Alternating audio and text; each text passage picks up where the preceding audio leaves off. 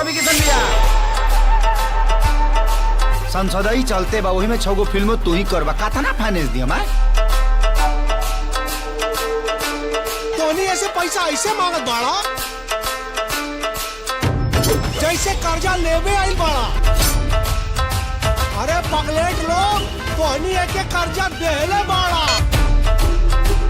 420 श्री 420।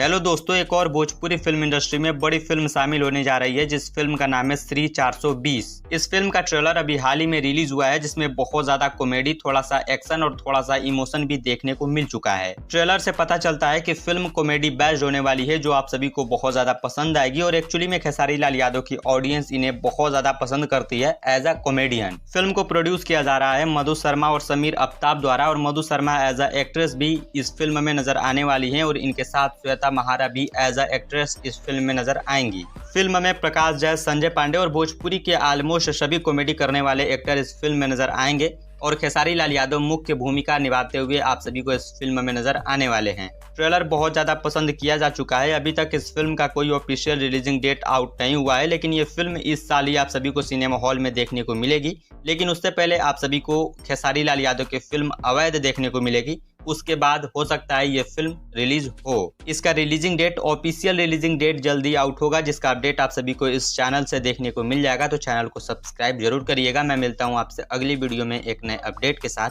नमस्कार।